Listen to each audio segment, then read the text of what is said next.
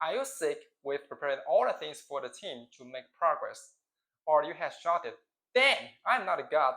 Why should I know everything to push the team, but blamed for not preparing enough documents?" If you are a manager, this episode is totally for you. I'm gonna tell you a story how a self-organized team manages itself without external forces.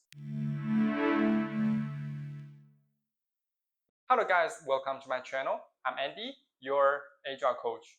Several days ago, I attended an Agile Evangelist reunion talking about how to enable a team's awareness to improve themselves. I think it's highly associated with today's topic because some people, no matter engineering managers, product managers, or project managers, might have experiences of pushing a team's progress with much effort. Sometimes you are even blamed for not preparing sufficient documents for them to proceed. But you are not a god to know everything, right? Well, I'm empathetic for your situations because many people are told to follow instructions such that they behave like adult-like children who have lost the ability to self-manage. Today, I'm going to share a story in Service First to show you what a self-organized team would do to adapt themselves to bad conditions without instructions. Also, the story was from the book The Agile Project Management with Scrum. Let's delve into today's topic. At the end of the video, I will give you my insights and reflections on the story.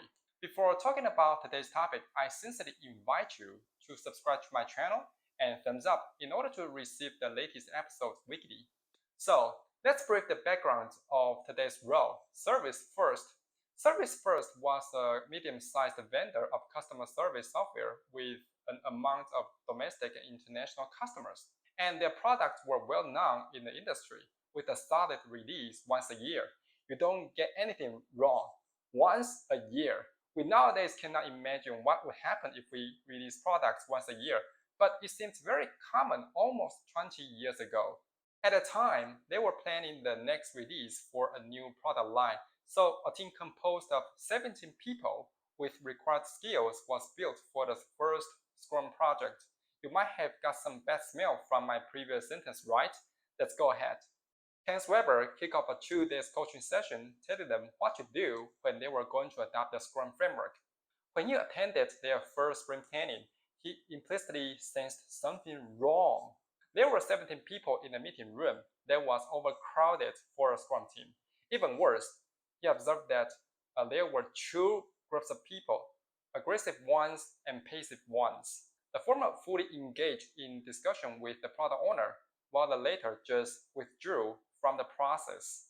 Ken interrupted their discussion several times to ensure the quieter members knew what to do for the sprint. He ended up knowing their complaint about standing up in daily scrums. He was a little frustrated by the result. After all, they found a way to proceed with the project. Only 7 aggressive people leaned forward, discuss, and collaborate to formulate the action plans. The other 10 members were sitting out of the process. When I read the story till this part, I felt a weird atmosphere would spread among the team and cause conflicts between aggressive ones and passive ones. Ken was just too late to reconstitute the team, so he decided to wait for a while and see what would happen. Much to his surprise, several days later, he joined their daily scrum and found their event were a lively, active session. Everyone was reporting about work accomplished and work planned. To clarify what happened, Ken asked some members to meet with him after the daily scrum. He wanted to know what had happened to them. At that point, the team had discovered that the management had made the mistake of creating such a large team that might damage their productivity. But they didn't expect to confront their management, so they decided to break themselves into 4 sub-teams. Each of them contained about 3 to 5 people. The engineering and testing leads helped them formulate the teams and divide the work to minimize coupling and maximizing coercion. They were responsible for resolving dependency issues among teams as work progressed. Well, when I studied the case, it was abnormal to me because that would hardly happen in our country. If you try to reorganize the team, you have to seek support from the management as well as your manager and prepare some materials to tell them why your suggestions would work. This is such a long process that almost nobody would do that. The story also intrigued my interest in thinking about some meaningful questions of agile practices. The first one is how to activate the team's awareness to self-organized mindset. If you are an active person, always seek better approaches to resolve the issues. Maybe you cannot imagine there are groups of people who cannot manage their work with consciousness, even if they are skillful people. Because we're all trained to receive instructions to solve problems in the schooling system. It gives you a lot of assignments to master your skills. That's great. However, when there are not assignments, it's probably that you will put your skills aside and have no ideas what to do. You lose the ability to discover problems and solve them by yourself. So thus in the office, this is a systematic problem that most employees are attempting to receive instructions instead of proposing solutions themselves. To tackle the problem, the management should revise the system mechanism to encourage changes to happen. For example, people who propose a small solution could be rewarded with a free ticket to a movie. Of course, I don't recommend you take huge changes in no time because they might lead to resistance of a team. But small changes are acceptable. The second one is, what if the same condition happens in Asia countries? I'm from Taiwan.